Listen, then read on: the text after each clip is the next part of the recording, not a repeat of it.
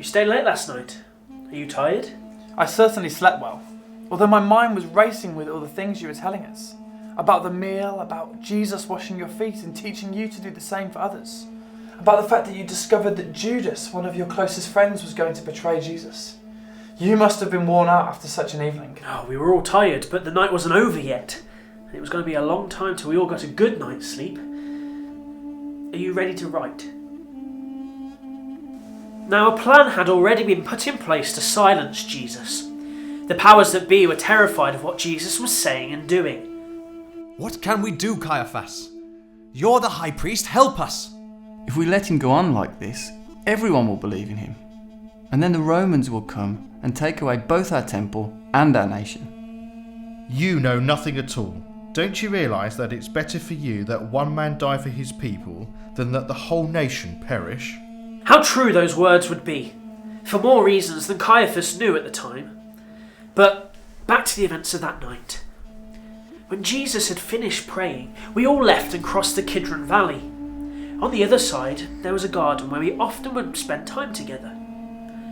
Now Judas, you remember, had left the meal early. He obviously knew that place because he'd been there with the rest of us. While we were there, he came to the garden, followed by a group of soldiers and some officials from the chief priests and the Pharisees. They were carrying torches and lanterns and even weapons. Jesus instantly took control of the situation. He knew what was going to happen. Who is it you want? Jesus of Nazareth. I am he. If you are looking for me, then let these men go. Simon Peter was having none of it.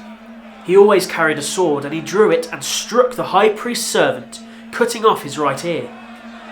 Peter, put your sword away.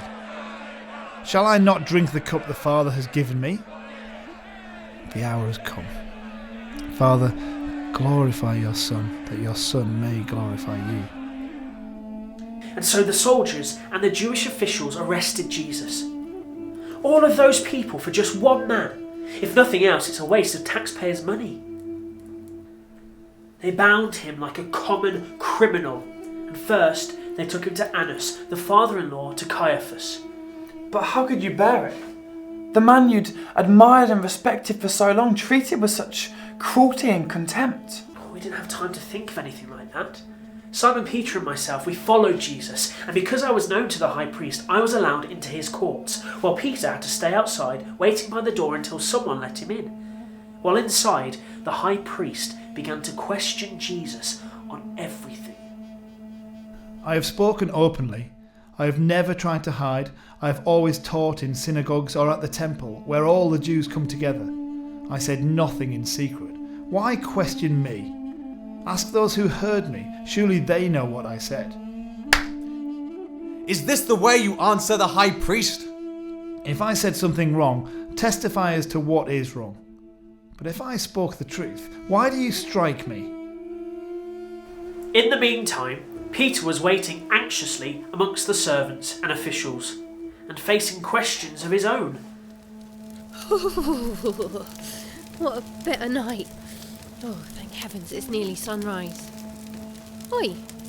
Yeah, you. You're not one of this man's disciples too, are you? Me? No, I'm not. You are, though. I've seen you with him. You're a disciple of his. No, you must be mistaken. Don't mess about. You are. I saw you there in the garden. You cut my cousin's ear off. No, you're mistaking me for someone else. I don't know this man. I've never, ever seen this Jesus. Well, Peter could hardly live with himself after that. It nearly killed him. What happened to him? Well, everything in its time. We've got to go in order, so let's go back to the trial. And if you can call it that. It was a bit of a farce, really.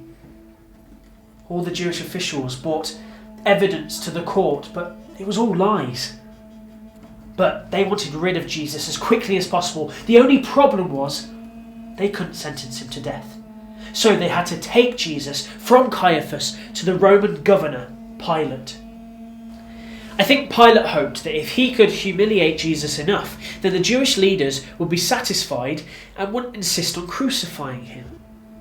So Pilate had Jesus flogged The soldiers who did the deed twisted together a crown of thorns and they put it on his head. They clothed Jesus in a purple robe and went up to him again and again, saying, "Hail to the King of the Jews!" And they slapped him in the face.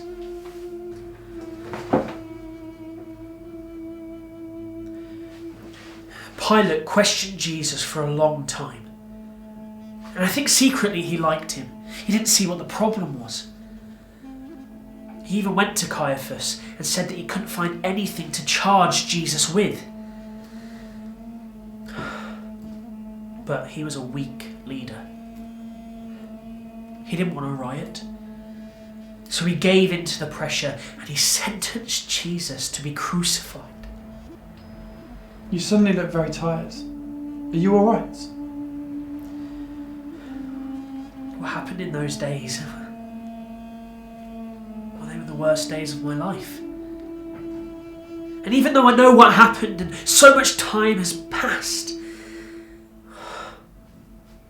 the horror and the pain still linger.